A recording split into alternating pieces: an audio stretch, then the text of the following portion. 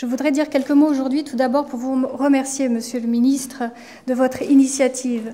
Lancer l'alerte enlèvement sur Facebook, c'est une première en Europe. L'alerte Amber aux États-Unis, elle existe sur Facebook depuis seulement janvier 2011. Ce qui signifie que vous êtes dans l'innovation, proche de ce qui se passe aux États-Unis, et c'est vraiment un signe de modernité de vos services et de votre cabinet avec qui j'ai beaucoup travaillé. Facebook, c'est les nouveaux usages de l'Internet, c'est l'utilisation par les développeurs de ce qu'on appelle l'Open Graph. C'est donc une plateforme ouverte aux développeurs, et c'est ainsi... Ça peut permettre pour l'alerte enlèvement de servir d'objectif grand public d'audience que Mme Caillebotte a rappelé dans un souci d'optimisation de l'alerte enlèvement.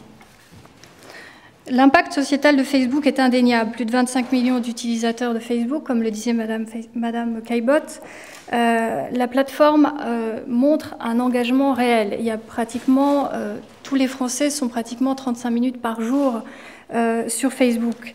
C'est donc un contenu qui est poussé par les utilisateurs. C'est un search qui est complètement différent du search que l'on connaît habituellement. On découvre sur son mur ce que les autres partagent avec nous.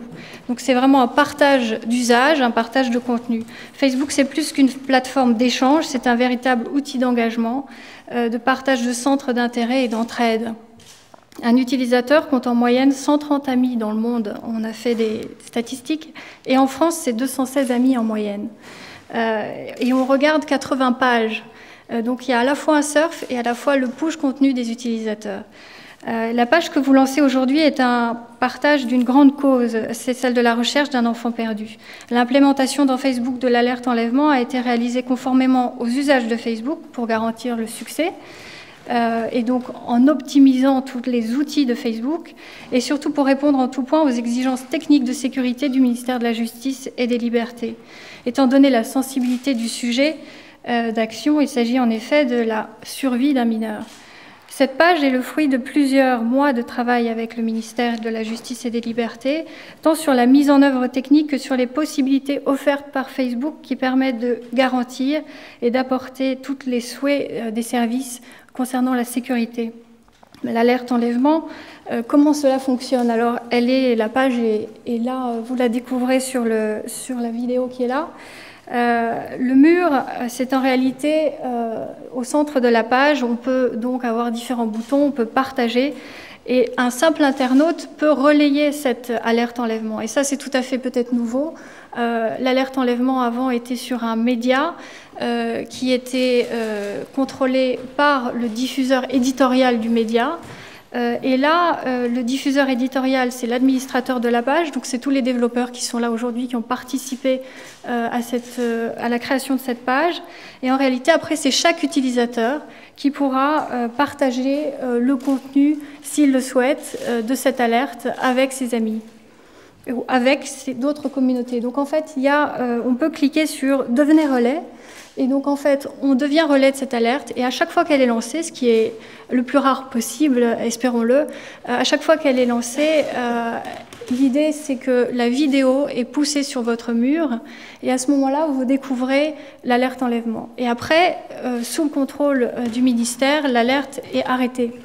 On a vu qu'elle durait 3 heures. Et donc, c'est un contenu qui est complètement maîtrisé par les services du ministère. C'est effectivement un magistrat qui décide de son lancement et de son arrêt. Il est évident que dans le cadre des enquêtes, c'est la police, en collaboration avec la police, que les autorités judiciaires, que l'on décide de l'arrêter en fonction de la psychologie peut-être du kidnappeur. Il est aussi possible de cliquer sur « Engager une communauté ». Vous voyez le bouton en bas. Là, ça permet en fait de démultiplier les personnes qui pourraient être sensibilisées à cette alerte enlèvement. L'idée, c'est les communautés, c'est quand vous êtes administrateur d'une page, vous pouvez y associer des communautés que vous gérez, qui peuvent être liées aux enfants, à la protection des enfants, éventuellement les associations qui sont ici représentées, qui ont des pages dans la protection des enfants, dans la pédagogie aussi, qui peuvent aider à faire partager et à soutenir cette alerte enlèvement. Par ailleurs, nous nous engageons à supprimer sur signalement du ministère toutes les pages et les comptes non officiels. Ça correspond aussi et complètement à la philosophie de Facebook et à nos conditions générales d'utilisation.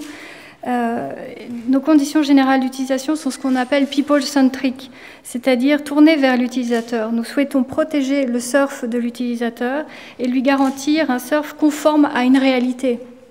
Et donc, on souhaite que lorsqu'il clique sur l'alerte enlèvement, que ce soit la réelle alerte enlèvement qui est déclenchée par les services du ministère, par les magistrats. Et c'est donc ça que nous avons vraiment voulu mettre en avant avec vous dans l'élaboration de la page.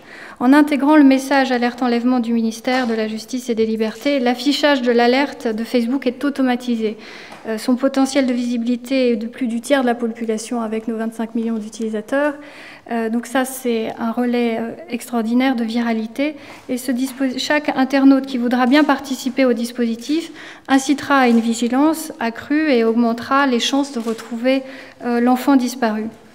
Facebook répond aux mêmes règles que les autres partenaires Internet du plan, puisque l'alerte enlèvement est automatisée. Simplement, la différence, c'est que les autres sont éditeurs et nous sommes un réseau social, ce qui est tout à fait nouveau. Donc elle est limitée dans le temps, comme je le disais tout à l'heure, et elle peut se stopper à tout moment. D'un point de vue technique, le message de l'alerte et tout l'ensemble des données personnelles qui sont diffusées disparaissent et sont supprimées par les serveurs du ministère, qui est encore la racine du message qui est envoyé. Et tout ça, c'est complètement supprimé. Et c'est la chancellerie qui met fin à l'alerte, et c'est la chancellerie qui supprime le message, toujours dans le principe du droit à l'oubli et du respect du droit à l'oubli. Ainsi, le fruit de cette page est le fruit d'une collaboration entre équilibre entre liberté publique, comme le disait Madame Caillebotte, et l'usage d'un système, d'un outil de viralité extraordinaire que représente Facebook. Je vous remercie.